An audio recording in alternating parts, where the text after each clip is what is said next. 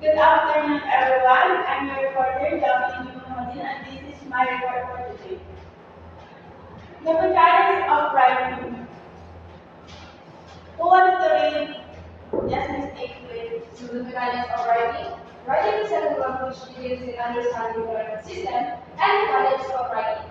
For our learners who may have to negotiate with their mother tongue, which is not necessarily Filipino and English, as their language too, or what we call Tagalog. So this represents the learning to write and read something. So, Jane, 2014, list the following mechanics of writing. So, can you explain what do you understand from this text, Miss April? So, we already talked mechanics of writing. So, writing in the second language begins with. So, what's the name of the point? So, for our learners who may have to negotiate with their mother tongue. So, anyway, so as I study on English for Sir Lawrence, he already taught us this one. So sabi ni teacher kasi, for normal learners who may have to negotiate with mother tongue. So, in order to them to understand what the teachers or their pupils nila might realize, they are using the language, and their second language rather. So, kasi alam naman natin na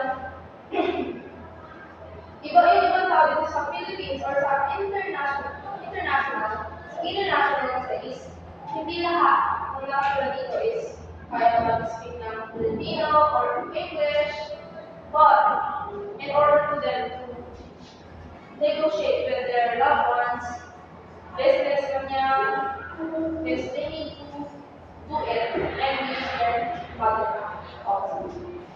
So, did you mistake? So, parang nasabi dito na writing system that we use and understanding. The writing system implies our writing. So, kailangan mo daw pag-aralan yung mga pamamaraan kung paano magsulat sa kanilang writing system. Doon ay mga pagkakaroon ng symbols. Yung mga symbols is kung awal ang ating mga letters. Kailangan natin yung maintindihan yung mga letters bago tayo makapagsulat, di ba? So, next slide, please. So, andito na yung list of writing system, writing system na mechanics of writing na kailangan natin mag-aral bago totally makapagsulat ng tama. So, A, letter recognition. What's the way? Yes, Ramban? A. Letter recognition. Instead of distinguish a letter from other letters in the alphabet, and is the foundation of learning to read and write a language. So, letter recognition. Mas sabi dito na kailangan natin pag-aralan yung mga letters sa Tagalog at English kasi ang Tagalog ang ating mother tongue. Or depende sa lugar na kinalakay mo. Yung second language natin is yung English, which means na iba rin yung.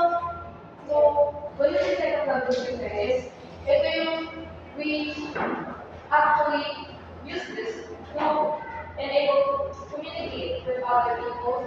Because in our job, in our school, is doon natin siya ginagamit. So, para natutunan naman siya sa labas. Pero, if nasa bahay tayo, is ginagamit natin usually is yung wallet ng natin. Yes, thank you, April. So, kailangan muna natin i-recognize isa-isa yung mga letters na pwede natin magamit sa ating gagamitin na language. Diba sa first language natin or sa mother tongue natin or pwede sa ating second language. Next. Letter discrimination. It is ability to distinguish similar looking letters like B and D or letter B and D, letters like T and F. So, ang sinasabi ng dito is, yung parang pagkakatulad nila na pumunta yung mga sa letters. Para pag binabasa natin sila or sinusulat natin sila, hindi tayo magkamali. Yun ang ibig sabihin ng letter discrimination. Lalo na pare-pareho sila ng tunog, ng pag sinusulat, gano'n. Kaya kailangan natin pag-aralan bawat letter para hindi tayo magamit sa paggamit sa kanila. Next slide, please. Next, who wants to read? Yes, Lambert. C. Sound to letter correspondence. This mechanic in writing refers to the matching of the sound and letters or case symbol. Anong pagkakaintindi mo sa text na yan? From the word itself, sound to letter correspondence, sabi nga nila, this mechanic refers to the writing and matching of the sound and the words of the symbol. For example, ma'am, we say A. Ano po ba napapansin natin? Di ba yung kanyang pronunciation is A? So makikita natin kung is that it is kaya mamash natin yung sound dun sa letter. Tumating yung sound dito sa letter or dun sa symbol na ginagawa natin through a sentence. Ganun lang siya. So, para itutugma lang natin yung sound ng para makasunod na natin. Kung ano yung ginamit ko na letter, ganun yung hawa.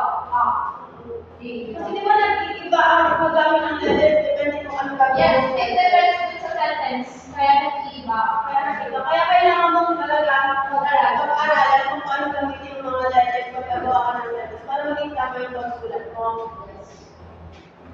D. Sino ba sa?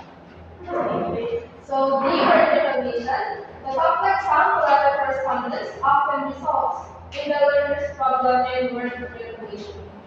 So, parang naman din yung pagbabasa ng mga words.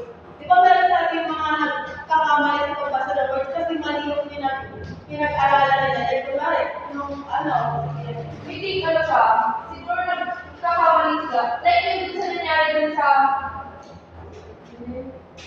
May nagdala ko sa dito dati na contest, which yes, hindi, it's not an information.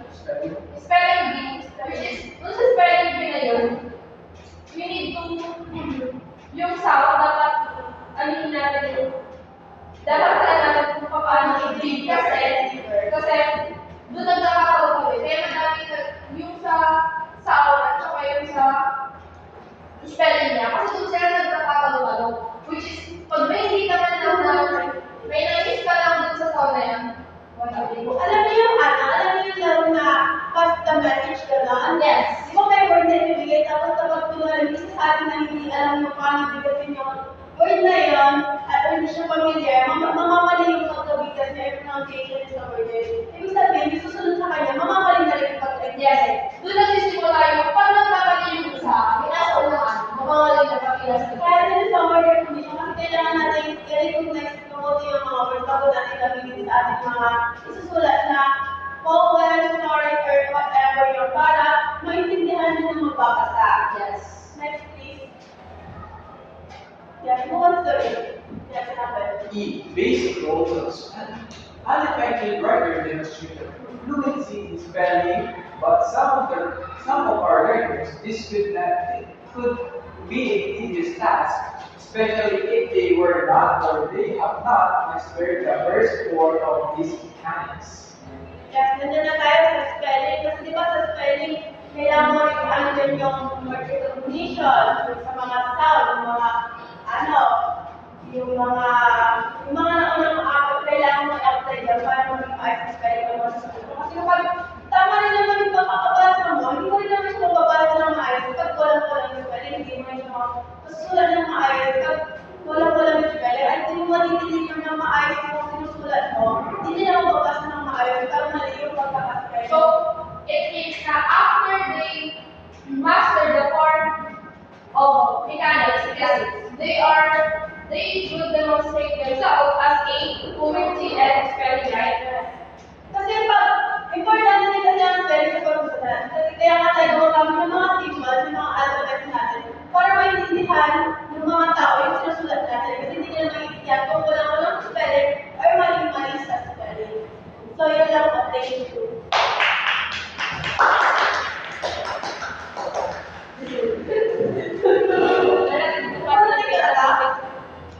Meron tayo